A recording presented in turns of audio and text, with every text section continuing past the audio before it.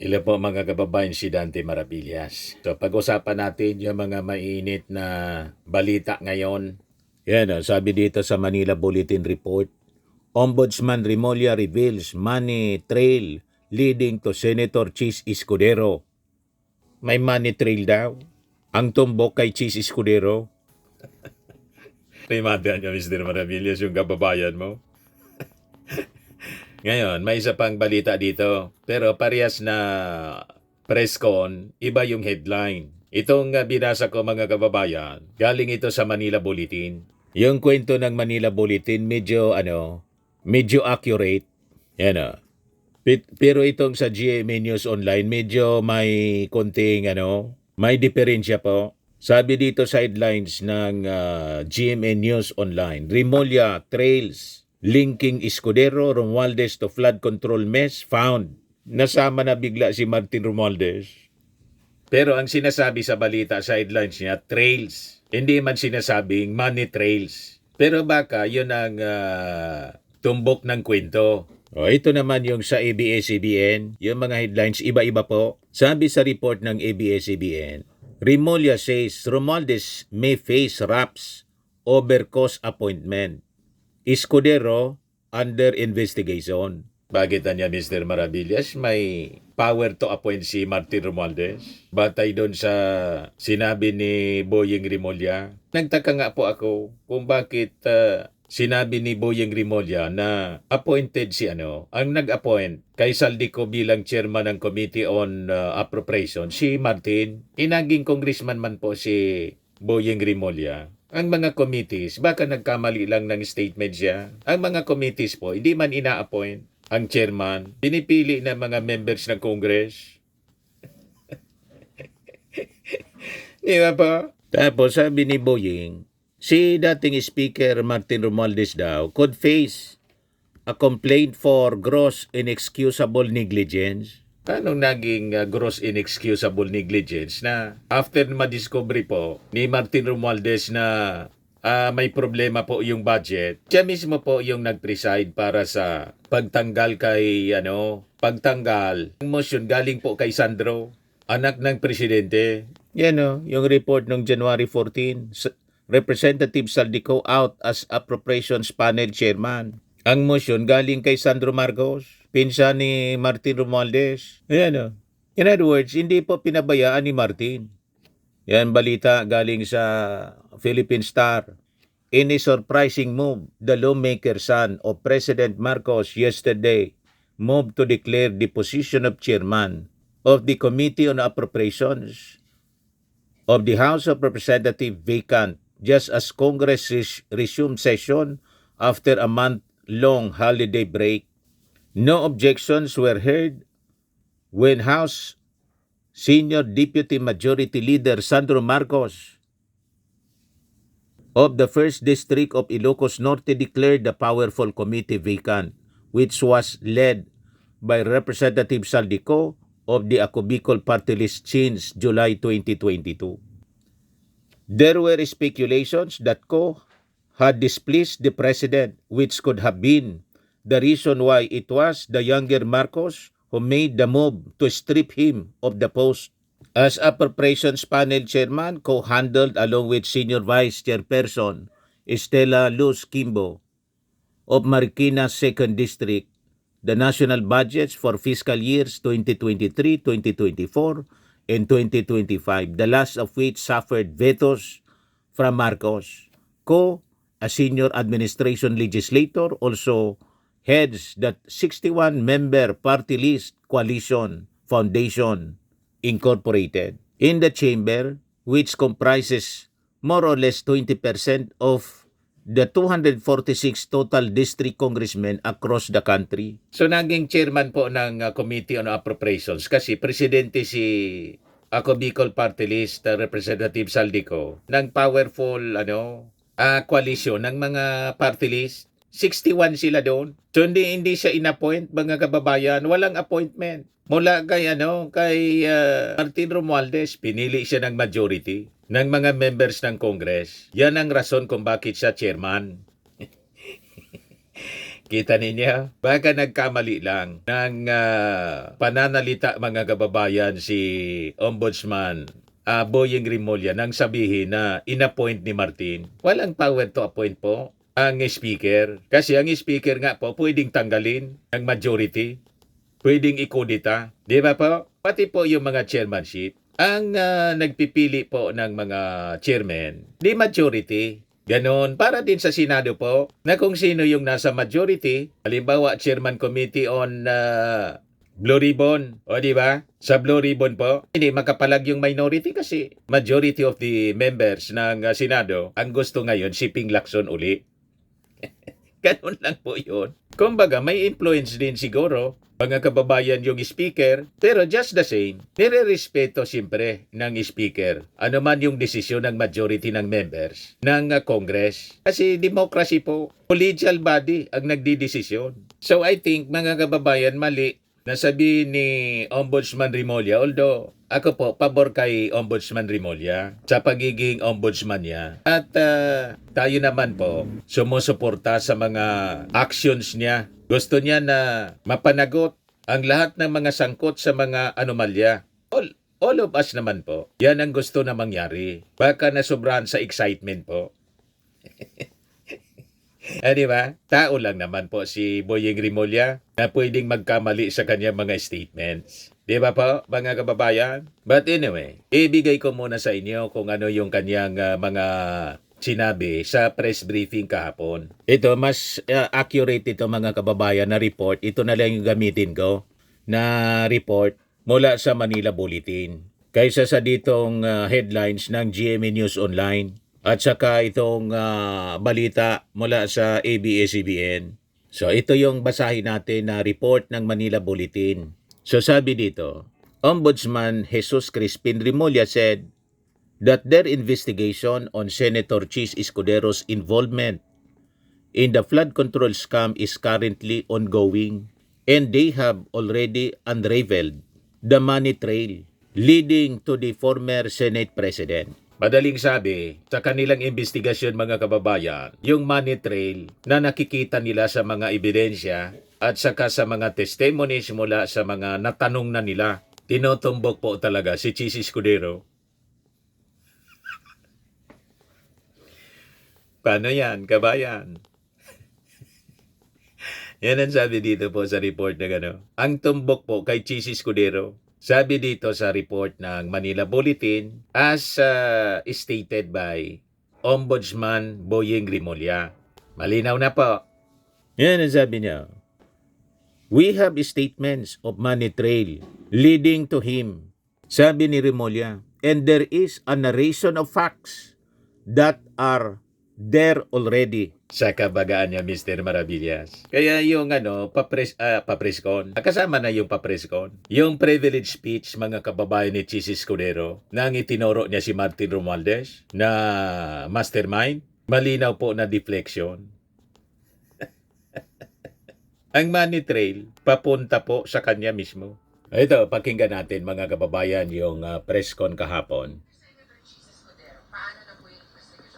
Ongoing, we have statements leading of a money trail leading to him, narrations of fact that are there already. But of course, we want to buttress it with other evidence, which we're looking to right now. Ano nga eh? Pag wala ka makitang AMLA trail, then you have to follow a cash trail, and we will find it. Years naman po kasi the original subpoena of the House was intended for 4 firms. Pero as it turned out, wala to yung firms na connected sa DDR. Kasi it turned out it's Motion Trade, not IND. So, kamusta po yung investigation? Let's face it, no? Si Dave Singson, ICI. There has been a lot of connivance.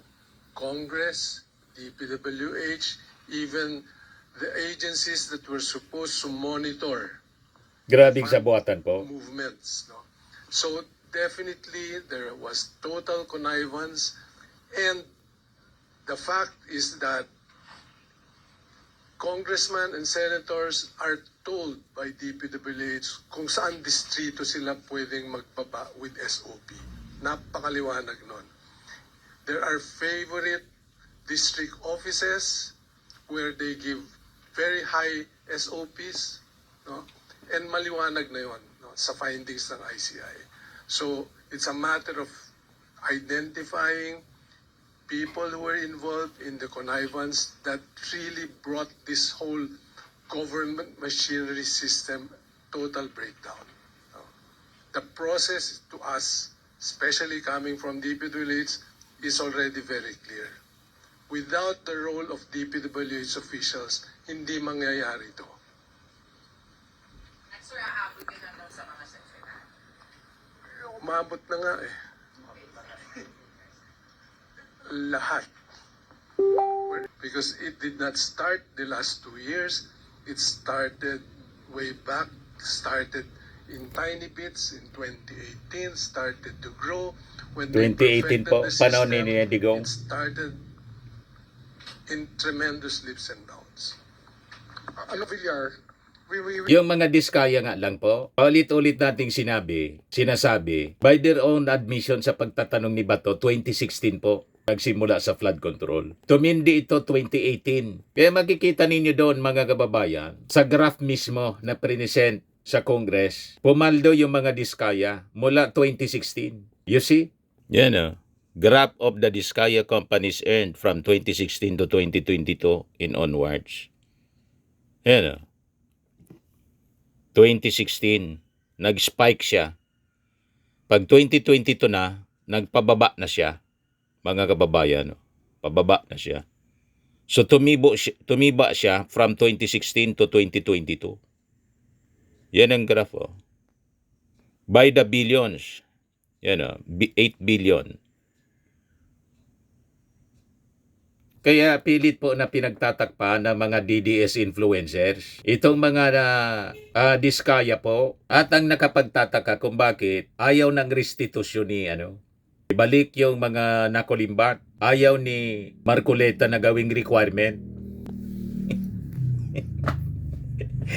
Ang kita ninyo, mga kababayan, ganun katindi. Ngayon, balikan natin yung kwento dito sa Manila Bulletin. Yan, malina. We have statements of money trail leading to him, referring to Chis Escudero. Sabi po ni Boyeng Rimulya, there is a narrative of facts that are there already. Pero sabi po ni Boyeng Rimulya, yung kanyang opisina has been looking into other pieces of evidence.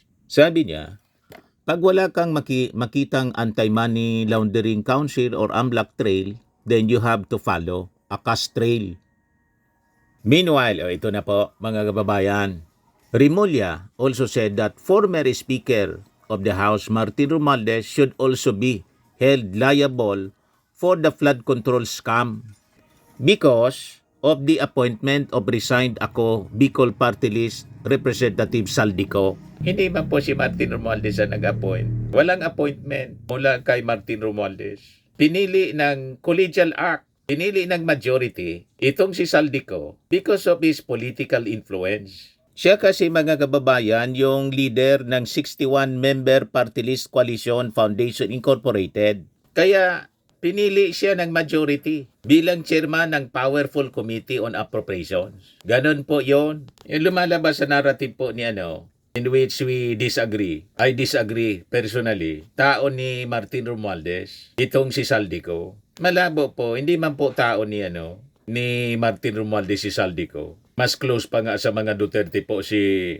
Saldico at saka kay dating president GMA si Saldico. Alam niyo ba 'yon? Ito yung Wikipedia. About Saldico, background ni Saldico, yan o. Yan o. Ano sabi dito sa Wikipedia? The party list Ako Bicol chaired by Ko and aiming to represent the people of Bicol region was accredited by the Commission on Election in 2009.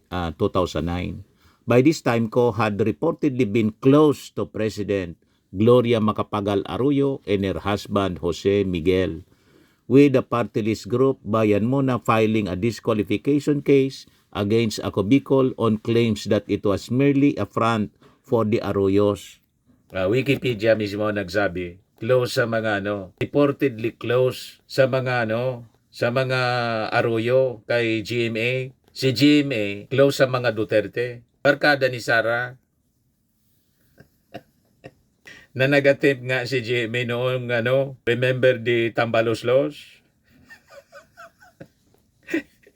Nag-attempt si GMA. Mga kababayan na talsikin, ikudita si Martin Romualdez. Nakita na ninyo, mga kababayan. Kaya mali na tao ni Martin Romualdez si Saldico. Yan ang insinuation po. Yan ang sinasabi rito. Medyo malabo yung kwento ni Boyeng Rimulya. Hindi tayo sang-ayon sa kanyang narrative ngayon. Tama po, mga kababayan? Yan, napaka-linaw sa ating research. Wikipedia. Ano sabi ng Wikipedia? Ko had reportedly been close to President Gloria Macapagal Arroyo at sa kanyang asawang si Jose Miguel Arroyo. Hindi po kay Martin Romualdez close. Pero si Martin kasi po, politiko. At saka, that is, kalakaran yan sa Congress. Kung sino yung pinili po ng majority, collegial action po siya. Nire-respeto po ni Martin Romualdez. Hindi man siya yung diktador na ito yung gusto ko. Hindi man po ganun. And in fact, pati siya bilang speaker, pwede siyang talsikin. Pwede siyang palitan. Ilang beses na po na ang speaker pinalitan by the majority vote.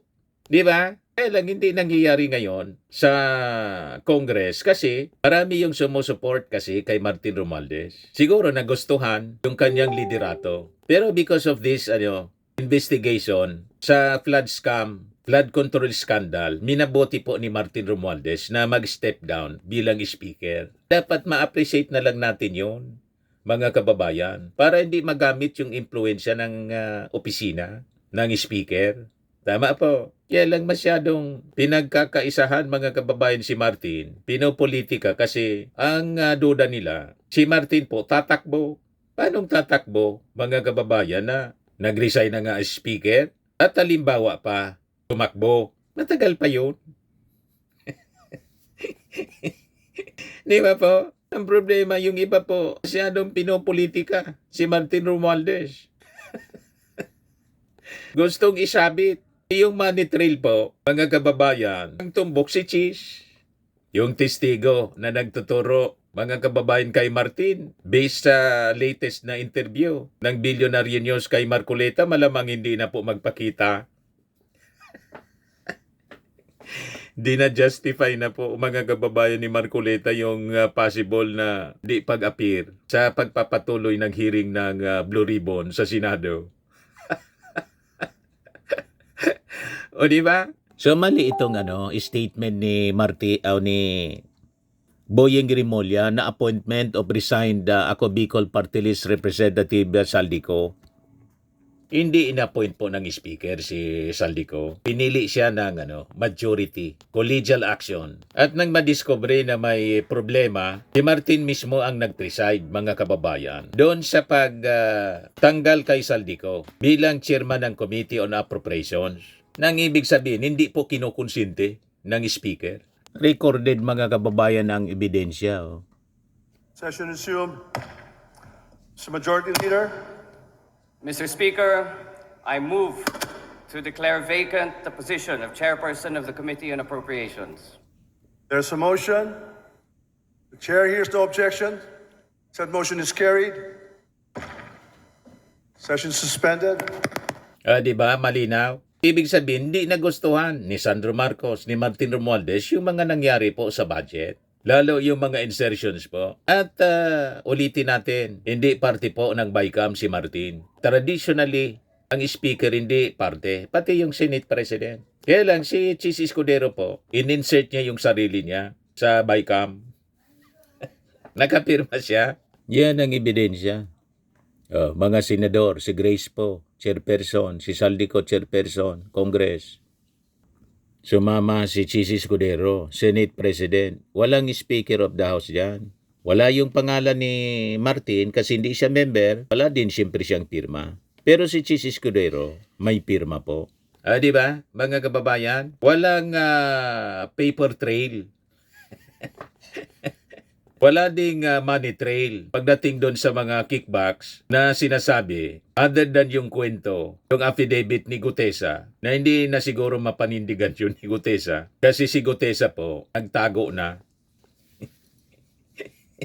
At sa statement po ni Marcoleta, lamang hindi na po magpakita uli. Ibig sabihin, hindi niya kayang panindigan yung affidavit na booking, mga kababayan, piki yung notaryo. Hindi niya yon kayang panindigan. Di ba? Sabi sa affidavit po, nag-deliver siya ng mali-malitang pera kay Martin Romualdez at kay Saldico. Nakita na ninyo? Talagang pilit po dinadamay lang si Martin Romualdez. Alatang alata po na gustong idamay. At siguro, dahil sa pressure ng publiko, kaya ganito yung mga statement. Mga kababayan ni Boyeng Rimulya, parang ini-stretch niya na masabit si Martin Romualdez. Di ba? Yan sabi niya rito. Rimulya said, their investigation have shown that there is a pattern wherein coordinated with the senators, o si Saldico ang nag-coordinate sa mga senador, in coming up with the final version of the national budget. At ang CCTV ng kamera, nagpapakita not just once but twice kay Chis Escudero na siya mismo yung pumunta. At malamang sa malamang, ang pinuntahan po si Saldi. Di ba po? Kasi si Saldi po yung chairman ng Appropriations Committee. At si Martin hindi man po kasama sa BICAM. Nakita na ninyo? Kasi sabi ni Boyeng Rimulya rito, he said, if fingers do not point to former speaker, as the leader of the House, he was responsible for the appointment of Saldico. Although Saldico was elected on the floor, everybody knows it, that speaker's choice. Everybody knows it was the speaker's choice. That's why we have to hold him accountable for that. So para gustong i-stretch, mga kababayan ni idamay lang si Speaker Martin, pero malinaw yung statement niya. If fingers do not point to the former speaker, ang ibig sabihin wala silang nakikita na tumutumbok para kay speaker mismo. So, papanagutin siya si Speaker Martin for gross negligence, command responsibility. Yan. This is false. Tama ito. This is false. Ang statement ni Boyeng Rimulya, na sabi niya, Representative Romualdez was responsible for the appointment of Saldico. That's why we have to hold him accountable for that. Malabo po. Hindi man po si Martin ang pumipili ng chairman. It is a collegial action. The majority voted for Saldico to be the chairman kasi political influence din siya. Pinili siya as chairman ng presidente ng 61 strong members ng party list group. Lahat ng party list, hindi man yun siguro lahat. Majority, 61 member party list coalition, foundation. 20% ng 246 total district congressmen across the country. Siya yung presidente. Di ba, mga kababayan? Hindi man yan tulad ng nasa executive department na tulad ng presidente, ina-appoint yung mga secretaries. Tama po? At saka, following the logic, mga kababayan ni Senator Win Gatchalian, yung mga committee chairman, halimbawa sa Senado, pati sa Congress, they're responsible for their own responsibilities. They're accountable sa kanilang mga sari-sariling aksyon. Ganon yun po. Ito, pakinggan natin yung interview ni Karen Davila kay Win Gatchalian 2 weeks ago. Is the Senate President or is the Speaker of the House required to join the BICAM, or maybe if not required, do they typically participate in the BICAM hearings? It's optional on their part, but they're not members of the BICAM. But since they're the leaders of both chambers, they can sit at their own discretion and participate in the discussion, actually. So in the last few BICAMs that I have attended when I was the vice chair, typically the leaders of both houses will join the opening because it's symbolic. So it's the start of the bicameral conference committee. And then the members are left to discuss the details. And then they will once again join at the end to Opening close and the kwan lang bicameral po. conference committee. Now, Opening so you and have leaders ending of both houses who ng will discussion. start it and who will end it and close it. Correct. Do they or are they required to sign the BICAM report? No, because typically leaders, they don't sign the committee reports. The bicameral conference Walang pirma doon reports. si Martin.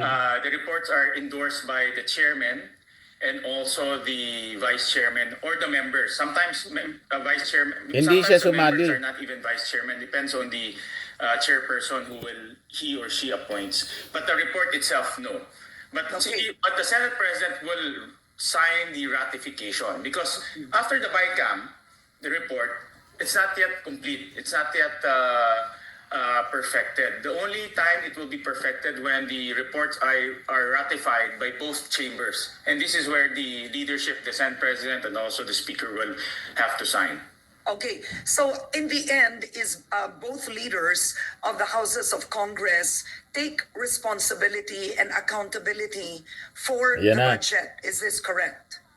Yes, definitely. The appropriations chair and the finance committee chair are the ones responsible for the report, meaning all the details in the report should be justified and well explained as well as Yung chairman po ang So responsible. it's really the accountability lies with the And appropriations accountable. chair and the finance chairperson. Hindi man yung speaker. Sa Senado, sumali kasi po sumali si Chis Escudero. Nakapirma nga po siya. So responsible siya doon.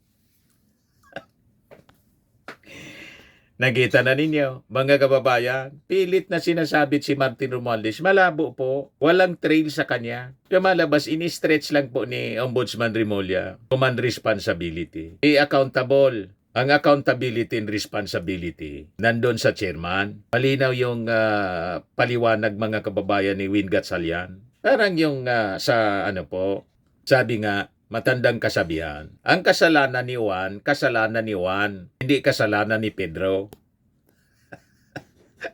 Di ba? Ang kasalanan ni Pedro, kasalanan din niya. Kahit nga sa pamilya po, sa pag-commit ng crime, biblical siya po. Hindi po pwedeng i-blame. Halimbawa, sabihin na natin, by analogy, sabihin na natin, si Martin Romualdez yung ama ng Congress kasi siya yung Speaker of the House, Leader of the House. Hindi nangangahulugan na lahat ng kasalanan o pagkakamali ng members ng Congress, mananagot si Martin Romualdez kasi siya yung leader. Pananagatan yun ng individual member ng Congress o ng chairman. Kasi they are responsible people. Di ba po? Kasalanan po ni Saldico kung may kasalanan, although hindi pa po natin alam kasi hindi pa po umuwi si Saldico, hindi pa matanong. So, i-assume natin may pagkakamali si Saldico. Yung pagkakamali ni Saldico, pagmamalabis niya, hindi nangahulugan na pananagutan dapat yun ni Martin Romualdez. Kasi si Saldico, responsible person din siya.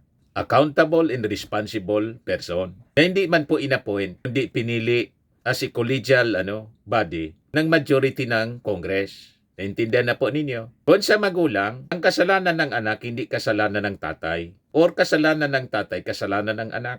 Tama po. Biblical po siya.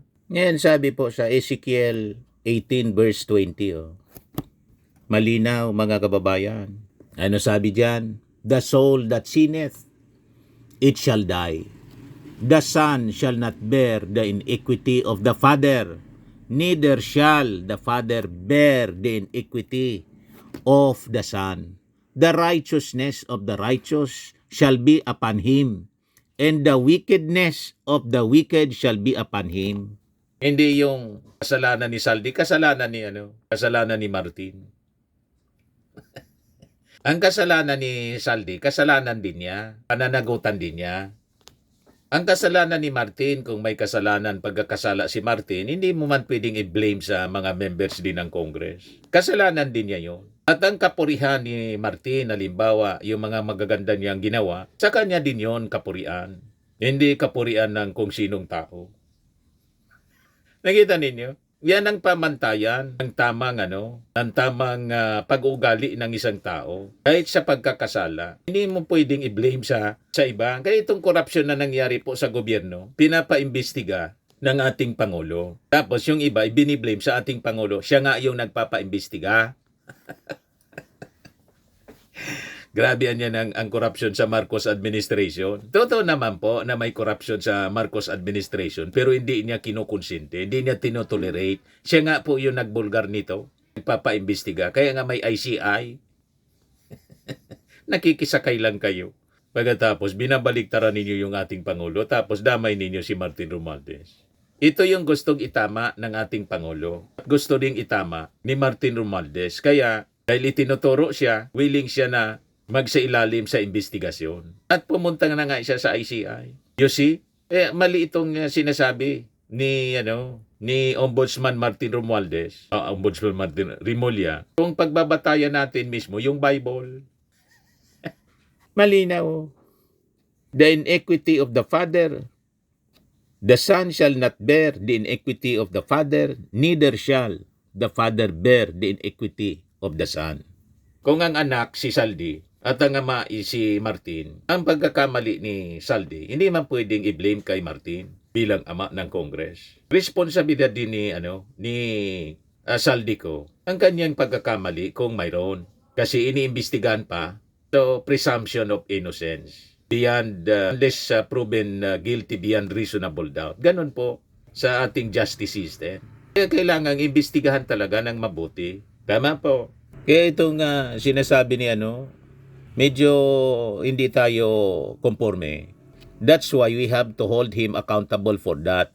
He added that they have to stretch, kita mo, kailangan daw stretch the boundaries of normal legal theory because of cause actions, cause great damage to the machinery of the government and the innocent Filipino people. If there's nothing criminal about it, then there's negligence at least. So sa tingin niya, walang criminal act na nakomit. So far, medyo maganda yung kanyang statement pag ganoon. Wala silang nakikitang criminal act na nakomit itong si Martin Romualdez base sa mga ebidensya sa trail. Kundi, negligence, kapabayaan daw. Doon sa negligence po, malabo din po may negligence. Kasi may negligence siguro kung walang aksyon na ginawa si Martin, mayroon po eh. Siya nga yung nag-preside po ng pagtanggal kay Saldico bilang chairman ng Committee on Appropriations sa motion mismo ni Sandro Marcos, kanyang pinsan. Ibig sabihin, nang madiscover nila, kasi di ba nagreklamo yung ating Pangulo sa budget? December pa yon. Nang madiscover nila, umaksyon si Martin sa pamamagitan ng pag-preside niya sa pagtanggal kay Saldico bilang chairman. Kasi nadiscover yung napakaraming mga insertions. You see? Na yun ang nireklamo ng ating Pangulo. Malinaw po yun sa kwento. Report ng Philippine Star ito. There were speculations that Ko had displeased the President. So hindi na gusto ng Presidente, which could have been the reason why it was the younger Marcos who made the move to strip him of the post. Madaling sabi, hindi kinonsinti po yung mga mali na aksyon o mga nangyari po sa budget ng ating gobyerno. So walang pakikipagsabuatan, madaling sabi po. Si Martin Romualdez, walang pakikipagsabuatan po. Pero si Chis Escudero, parte ng BICAM. Kaya ito malinaw. Itong statement dito ni Ombudsman Rimulya, na sabi, may money trail na tumutumbok to Senator Chis Escudero. Yan base mismo ito sa sa revelasyon ni ex-DPWH Executive Bernardo. 160 million kickback for Escudero delivered in the first quarter of 2025. Kaya malamang sa mga susunod po, So, mga susunod na araw, i-recommend na rin po ng ICI ang pag-file ng kaso sa ombudsman laban kay Chis Escudero. Yun ang aabangan po natin. Pero itong sinasabi ni Boyeng Rimulya na command responsibility or gross negligence, medyo malabo po. Kahit tingnan mo sa Bible po, ang kasalanan ng anak, kasalanan niya. Kasalanan ng tatay, kasalanan din niya. Di ba? Mga kababayan, kasalanan ni Juan, kasalanan ni Juan. Kasalanan ni Pedro, kasalanan din ni Pedro. Hindi yung kasalanan ni Pedro, kasalanan ni Juan. Mali man ang ganun. Okay pa, mga kababayan. Sa mga naghanap ng malinis and spacious fitness gym, pumunta lang po kayo sa aming Colossal Fitness Gym. We also offer Grab Car Rental with our brand new 2023 model ng Toyota Innova. We also accept booking for those who are planning to travel via PAL, Cebu Pacific, and other airline companies, local and international, and bills payment for Meralco Bills, PLDT, Aleco Bills, etc. Ang Colossal Fitness Gym is located at 3rd floor Security Bank Building, Landco Business Park, Legazpi City, Albay. For inquiries, look for Chilon Maravillas. Contact number 0966-802-0949. Yan yung aming Innova. Lagi na pong matao sa amin. Pati mga foreigners po, tingnan ninyo. Mga British tourists sila. Ang lalaki ng katawan na, mga kababayan, nag-gym sa amin. Ito naman po, Indian National. Ito mga mga European sila. Ito naman yung bago naming product na binibenta online, Eye Glow Serum. Whitening po siya galing sa South Korea. Tingnan ninyo yung epekto sa aking anak na architect entrepreneur, Riz Maravillas. For inquiries, look for Riz Maravillas on FB. Ito naman po, Fairmax Firming and Lifting Cream, pinapahid sa mga pulses and affected area. Mainam po ito sa mga pains at paninigas na mga kaso-kasuan. Ito po, Automax Radiant Serum. Sa mukha naman yung application. Anti-aging po siya. You will look 10 years younger than your age. Ito naman po yung bagong product naming binibenta online. I am Amazing Pure Organic Barley Powdered Drink Mix from Australia. Mainam po ito sa mga cancer patients at for cancer prevention. Endorsed by cancer survivor Maritoni Fernandez. Sa mga inquiries ninyo po, dumiretso na lang kayo sa aking anak na architect entrepreneur Riz Maravillas. Sa mga mahilig po sa imported bags and wallets, dumiretso na lang kayo sa Eileen Closets kay Ma'am Eileen Rosales. Nakabase siya po sa Amerika. Sa mga mahilig po magpaganda, Pamper City by OMG, located at Asiana City, Parañaque. Your luxury escape, yan o. Mura lang, $399. Brow Define, yan o. The Modern Gentleman's Grooming, $899. O, diba?